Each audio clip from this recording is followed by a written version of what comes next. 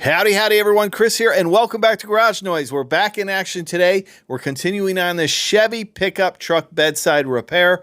Last week, I shared with you how to straighten out a dent. We used some different metal shaping techniques with a slapper tool, a metal file, and the G90E. And today's episode is all about body filler. I'll share with you all the techniques I use to mix, apply, and shape body filler so you can get a laser straight repair. Okay. Using the upol lightweight gold today. This is my favorite filler right now. It's reasonably priced. There's no separation when you open up the can. No separation here. So we're just gonna scoop up a little bit. It's over 100 degrees today. That's all the filler we're gonna need right there. I'm not gonna put my hardener right on my filler right now. Not until I get over the truck so I can mix it up properly at the truck, because this is gonna kick quickly. That's all the hardener I'm gonna need. So here's what we got here. We're gonna mix it up. I'm gonna fold this in. Now you don't wanna stir it, that's gonna introduce air. You wanna fold it in till it's all one uniform color and there's no streaks in it. So I'm gonna do this quickly. I've already got this all masked off. All the edges masked off so we don't have filler around those edges or in our gas lid door here. I'm just gonna lay a thin coat over this. We'll let it cure. We'll block it with 80 grit sandpaper, and that will expose our low areas if there is any.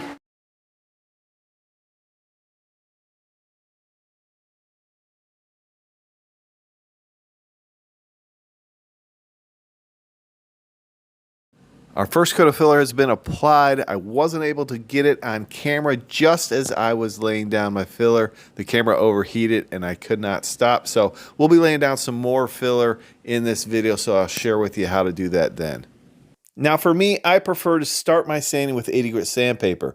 I know this sandpaper cuts really well, and this body filler that we're using sands very easy, so it really doesn't take that long to cut it down and shape it with 80 grit. Now some techs prefer to use something a little bit coarser like a 36 or a 40 grit sandpaper, and then they refine their scratches from there. So it's really just a personal preference, whatever works best for you. At this point, I really don't need to apply a guide coat. The body filler color is going to show us our high and low areas. Now, when you start blocking, you want to start with a manageable section. I'm starting with this wheel opening right here. This is a flat area that needs to be blocked. And what we'll do is we'll lay our block flat against the panel. I'm using a medium-sized block, again with 80 grit sandpaper, and we're going to block it in an X pattern. And what we're trying to do is just to shape this and get it as level as we can. Now, if we break through into bare metal, then we know we have a high spot there or we have a low spot around it, so we need to stop and evaluate that. So we'll block it in an X pattern. It'll show us and expose our low areas that we need to fill or our high areas that we need to tap down. Now the upper part of this repair that I'm blocking now has a natural contour down to that body line. So it's important when you're blocking that, you don't want to create any flat spots. So you're not going to press real hard with your sanding block. You want to let the sandpaper do the work. You want to move with the contours of the panel. A common mistake I see when you're new to blocking filler, and I was guilty of this as well, is the tendency is to block out too much filler. That can create some issues where you're blocking out too much filler, you're adding filler, then you block out too much again, and it makes it very frustrating and hard to get straight. So remember, we want to leave the filler in the panel to flatten out that metal. So use the filler as a tool to straighten that metal. At this point of the blocking process, you can see our low areas. Now, as we continue blocking, those low areas may disappear and flatten out. But remember, you don't want to take out too much filler. If you hit a high spot or if you feel like you need to add filler, then you just stop and add filler. Here I'll be using tape to define where that body line is. In this corner, the body line's getting kind of lost, so I want to have a clear definition of where to block to. I don't want to be blocking right on that body line and flatten it out.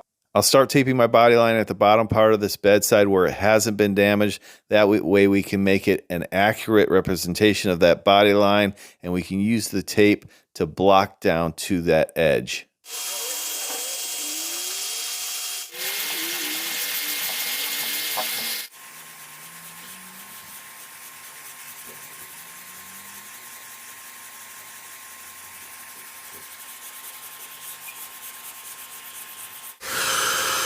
A little low spot here. Little low spot here. As I continue blocking over this low area, that low area is going to disappear, but as a result, we're going to break through into bare metal. So now we need to take care of this high area in the metal. We want to stop blocking over it because we're not going to be able to get it straight by continue blocking over it. We need to stop and either tap it down or add filler around it.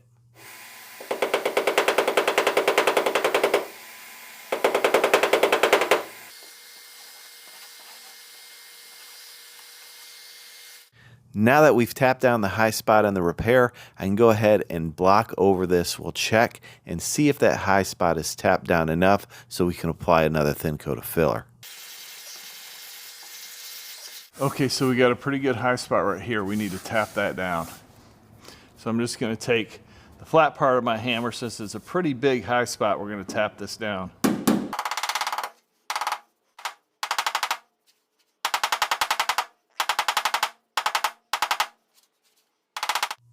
We'll go ahead and use a powdered guide coat so we can go ahead and check our work, make sure this is ready for another coat of filler.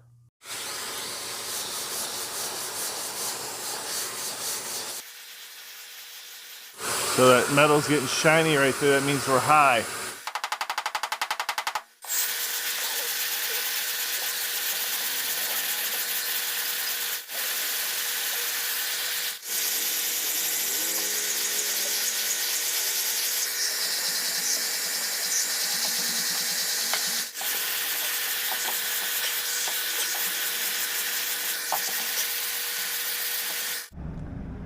Okay, so we've got this body filler all sanded. We've got a couple little low spots here, some minor imperfections.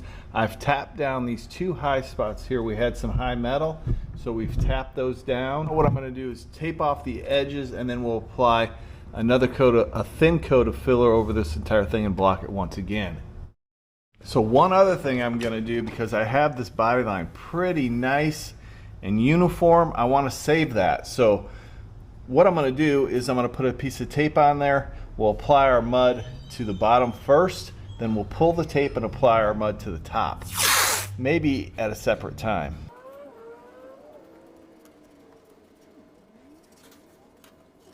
So now let's go ahead and mix up some filler.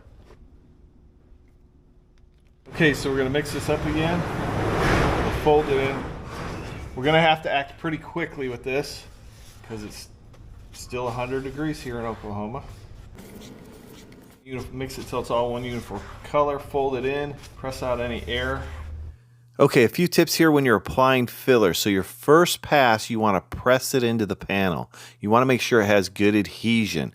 So after that, you can ease up on the pressure and the angle of your spreader.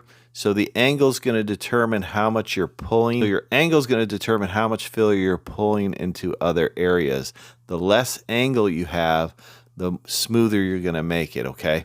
Now, what I like to do is if I know there's a low area somewhere, you'll see me add filler to that area, and then I'll spread it across the entire panel, okay, to even it out. Now let's pull this.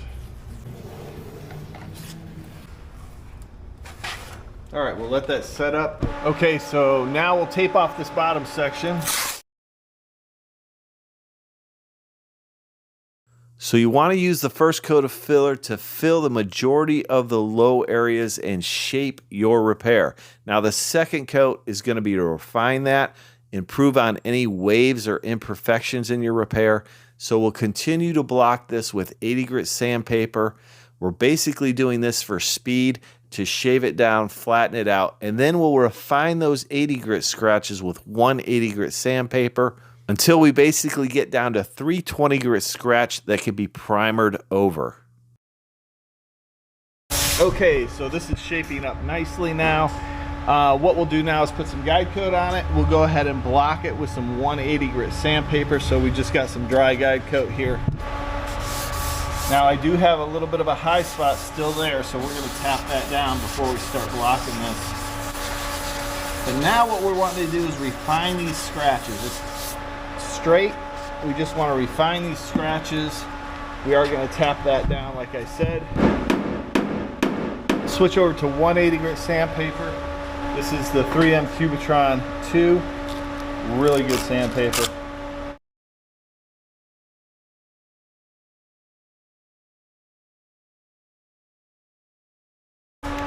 I'm gonna go ahead and tape off this body line.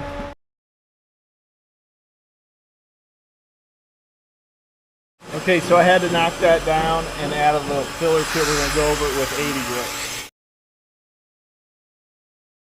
Go down here just so you can see what's going on.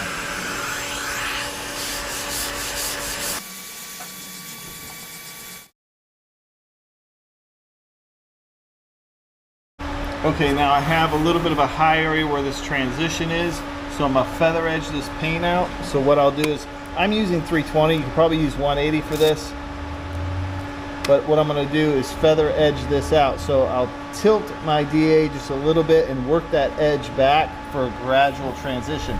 Now we still may have to put a skim coat of glaze there just to smooth out that wave, but this should take care of most of it.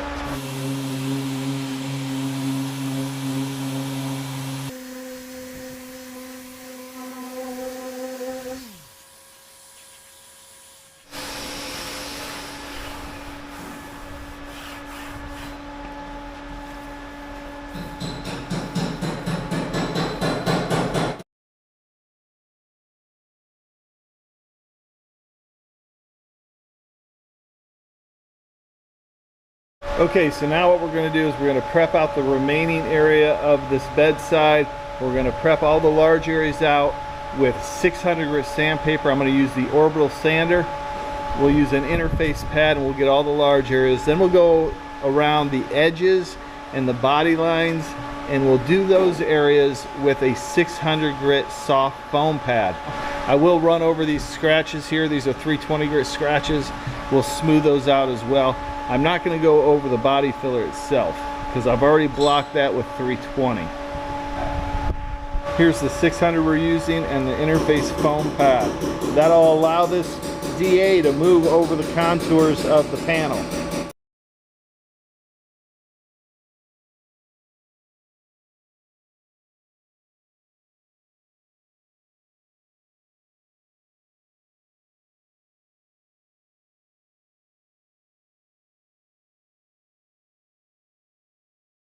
Okay, now we're going to go ahead and do some hand sanding with this flexible sunmite sandpaper. This is a 600 grit scratch here. We're going to use this to go in all these tight areas and sand all these edges without burning through. You don't want to burn through anywhere you're not going to be putting paint. Okay, now we're ready for some primer, and I'm going to go ahead and clean this once again. We're using isopropyl alcohol to remove any dust particles or contaminants on the surface. Now I'm going to go ahead and mask this off. I'll mask off that wheel opening. I'm using some foam tape inside this gas lid door, and then we'll just do a basic mask off for our primer. Now we're going to use very low pressure when we apply our primer. The primer I'm using is the upol 2253. This is a 2K urethane primer. It mixes up 4:1 for a high build primer, 4:1 for a primer surfacer, and that's how we're going to use it today. So we're putting 4 parts primer in, 1 part activator, and 1 part urethane reducer. It's just basically going to thin it out a little bit since we have straight body work. The gun I'm using for primer is the Vevor R806.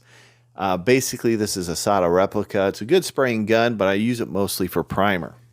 My gun settings for primer is I have the fan pattern wide open.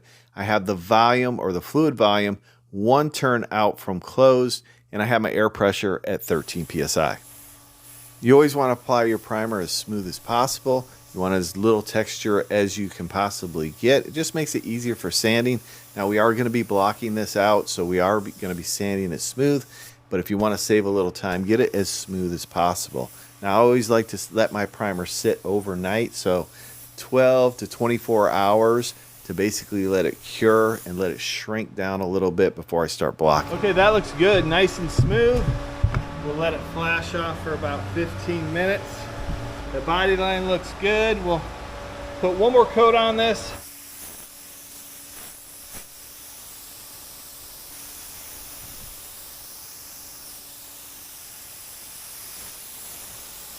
We'll clean out this gun, we'll let this dry, and then the next step is to block sand this primer out for paint. Hey, if you want to learn all the steps on how to perfectly prepare your primer for paint, check out this video now. I appreciate each and every one of you watching, and we'll see you next time on Garage Noise.